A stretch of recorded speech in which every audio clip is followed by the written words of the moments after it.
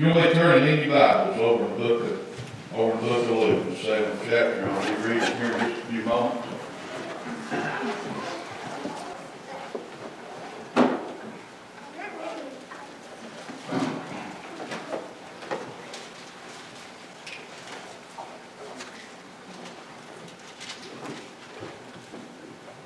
Seventh chapter in the book of Luke. I'll start reading in the 36th verse, I believe. Yeah, 36th verse.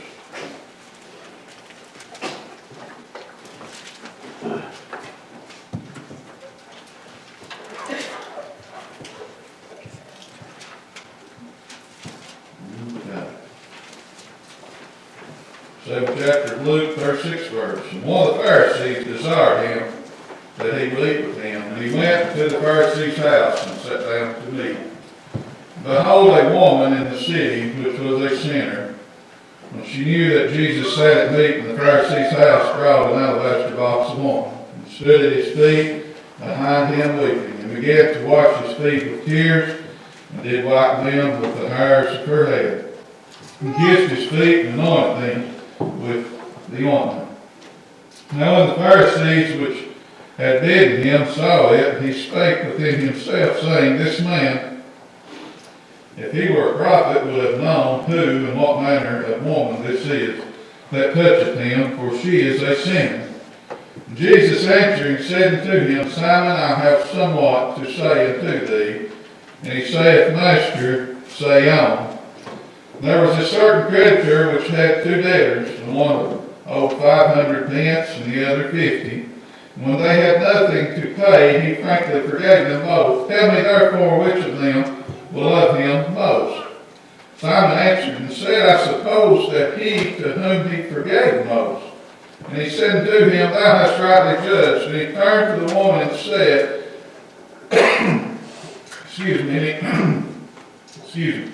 And he turned to the woman and said unto Simon, Seest thou this woman? I entered into thine house. Thou gavest me no water for my feet, but she hath washed my feet with tears, and wiped them with the hairs of her head. Thou gavest me no kiss, but this woman, since the time I came in, hath not ceased to kiss my feet. My head with oil thou didst not anoint, but this woman hath anointed my feet with ointment. Wherefore I say unto thee, her sins, which are many, are forgiven. For she loved much, but to whom little is forgiven, the same loveth little. And he saith unto her, Thy sins are forgiven. And they that sat at meat with him began to say within themselves, Who is this that forgiveth sins also? And he said to the woman, Thy faith hath saved thee. Go in peace. And I'm going to leave off reading right there, directly read this morning. I know rather lengthy reading once again. But felt led back to read that whole entire story there this morning. Christ, can you pray for me for just a few minutes this morning? I can get aside this old world and Satan, get away in that from myself, and then I can get right to where the Lord would have us to for just a few minutes. And I don't believe that I'll be before you very long this morning, but I ask that you pray for just a minute.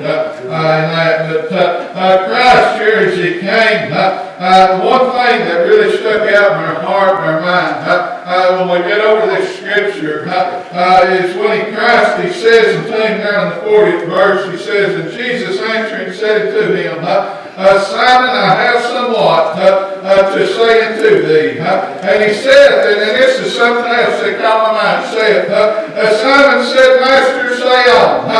This morning, now I want you to understand what I hope that I can get across what I've seen in this morning. Now Simon had invited Jesus in to his home. He wanted to fellowship with him. He wanted to feed him a meal this morning. And there was others that came in. And this woman comes in. And she really loves Jesus Christ this morning. She really knows who that he is this morning.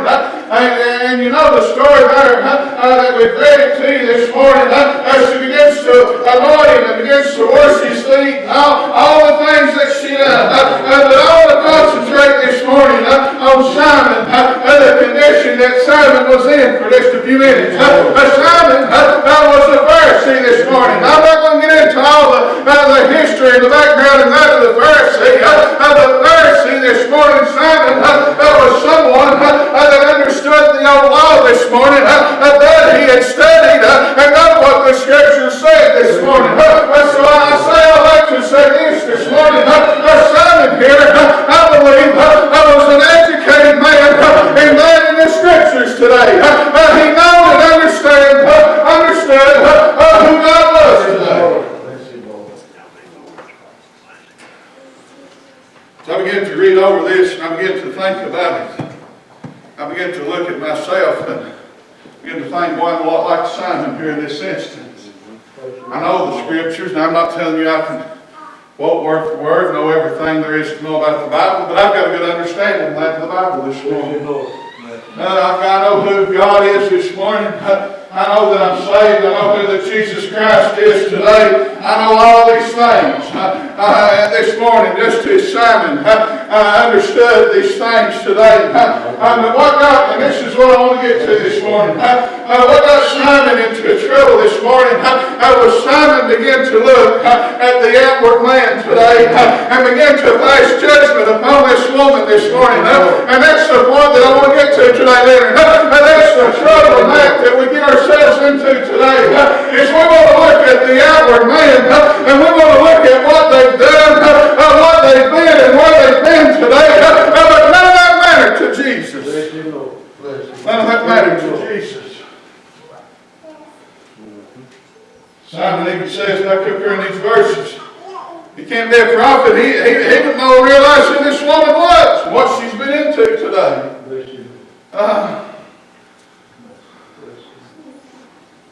Christ says in him, he says, Simon,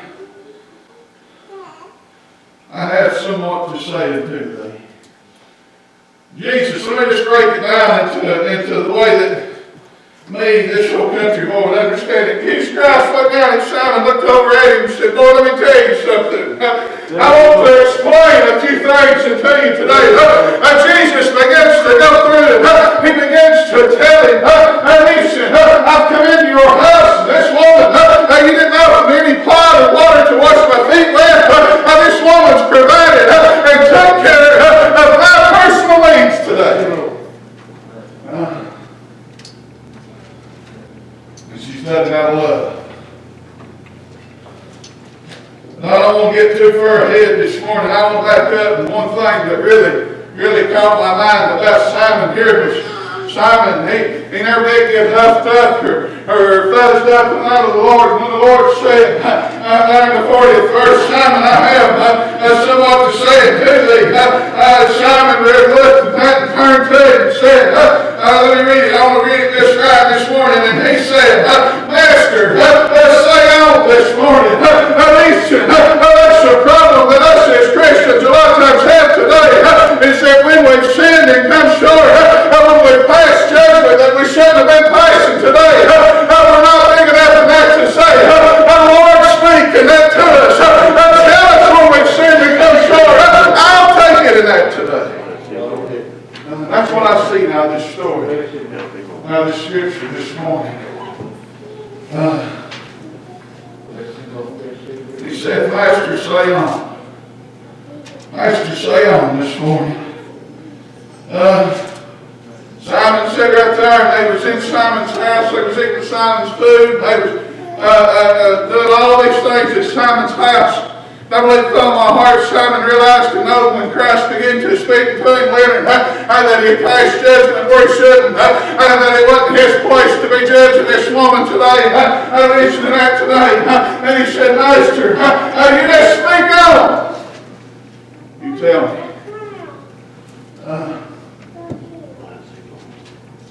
In other words, Simon was willing to own it. Leah sung her song this morning.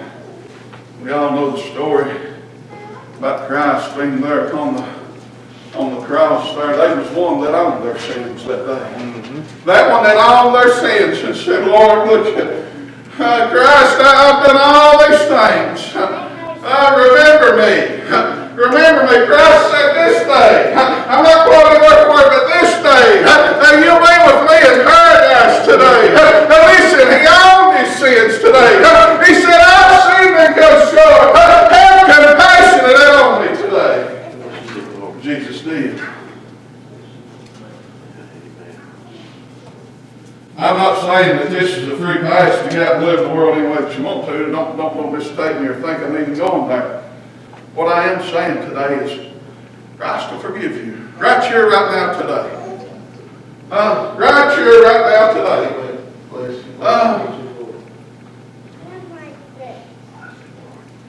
I'm just going to have to preach it the way that I see it, the way the Lord lets me see things. I believe you could have been into whatever meanness and mischief you wanted to have last night, and if you come with a sincere, humble heart, Lord will forgive you. Right now. Right now, this morning. And now He don't come and give us a pass and say, all right, I forgive you. I've saved you. Going back out into the world, that ain't how it is. Let me turn over. That's the reason I wanted to read the end of this. And He said to her, thy sins are forgiven. You say this woman come humbly. And you begin to think about that.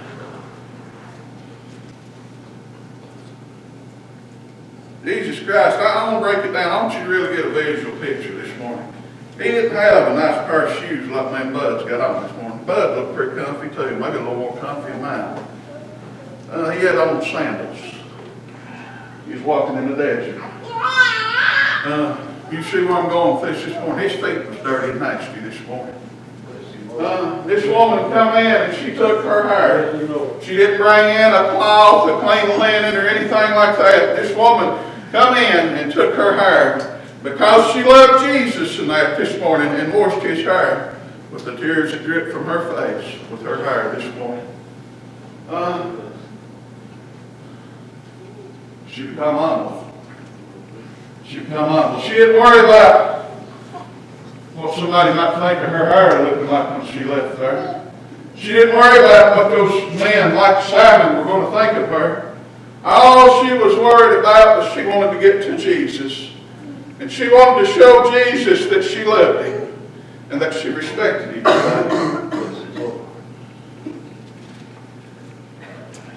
49th verse, and they that sat at meat with themselves.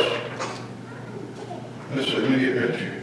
And they that sat at meat with him began to say within themselves, who is this that forgiveth sins also? Who is this? They began to say. Christ has done addressed them once, sir. He just talks to this dear little old woman. And he said to the woman, thy faith hath saved thee. Go in peace. Go in peace. That same faith that she had that day was the same faith that I had my 6-year-old conviction set up in my heart. It's the same faith that any of you had that's ever risen up off an altar. Risen up off your knees somewhere or another and said, the Lord saved me. The Lord's come into my heart and into my life. That same faith today. I guess the whole thought that I've had in that today, and I don't know our hearts or anything like that today, but if we're ever living in a time where the Christian people need to have compassion. I want to say this before I'm going to come to close here in just a few minutes. But I flipped over one of my dictionary, my books there, and began to read a little bit about the Pharisee. One thing that it said over and over said, as I read, and I didn't read it all, and I read just a few paragraphs there, they were to set themselves aside. And what that means is that they were to, you will be able to look at them and see that there was a difference in them. And I began to think about that. That's the same instruction that Christ is still given today. That's the same instruction that he's still giving me today. The same rule that applied for that Pharisee, Simon, there, is the same rule that still applies for me today, is that I'm to set myself different, that I'm not to blend in with the rest of the world today. It's that I'm supposed to look a little bit different today. Bless the Lord. We're ever living in a time where the man should have compassion on one another. Love one another for who they are. Love them because they're human beings. Love them because Christ created you and me and each and every other human being and each and every other living thing. Teresa showed me a picture there Friday night. I got home. I'm sure several of you have seen it, but I didn't ask her a lot of questions about it. It was a little red bird. He was solid white and just had a little red on his tail and tips of his wings. It just looked like later somebody just took a brush and just barely painted the tips.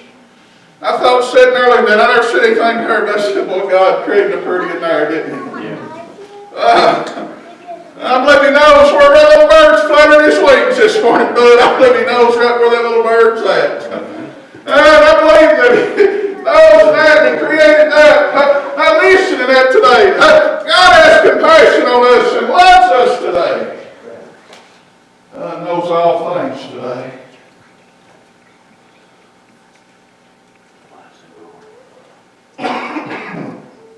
Have compassion, and that only by the man. And I don't know where the message, I've had to preach, what I've had to preach this morning, I don't know. Don't ask. Have compassion this morning. Be like this woman that came and that to Jesus. She comes just because she loved him. Just because she was thankful for him and all that he'd done. Simon wanted to have a deal with him. Simon wanted to try, in my opinion, this morning. Simon was curious. Simon probably wanted to ask him some questions, see if he could stumble him up about him and his friends. They wanted to see if they could find any flaws in that in him today. Now this woman just came because she loved him. She didn't come for the free meal. She didn't come to be seen or anything like that today. She came, if you'll have it this way, she came to church that afternoon because she wanted to see Jesus today. And nothing else. Nothing else. So many times I went down to the Lord's house because I wanted to be seen by somebody else.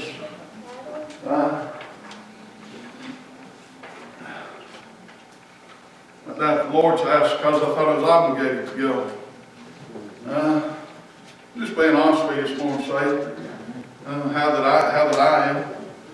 Went down to the Lord's house because I thought the pastor or mom or dad or one of the deacons, somebody, if I don't go, they're going to wonder where he's at. They're going to start asking a lot of questions. Didn't go to see Jesus this morning. But I encourage you, do like Simon done. Don't be trying to cause confusion, but when the Lord calls your hand at him, say, here I am. Say, Master, speak on. Master, tell me where I've sinned and where I've come short. Let's make things right today. And I don't know, that story, that Bible, that chapter ends there. I don't know, Simon, any word I've ever read anything. I don't know if he ever went and made things right with the Lord or not. But at that instant, he said, Master, speak up. Master, tell me where I'm at. And then it was up to him. Then it was up to him. It's up to you today. It's up to me today. What I do with the gospel. It's up to me today. Come on, get you a sermon this morning. I know I've not been before you very, very long. I know we're trying to do this whole social distance the best we can, but if you need this hour this morning, it's here and it's open. You come right here and you pray this morning. You follow and you obey the Lord this morning, church. You have a message. If you would this morning, stand while they sing this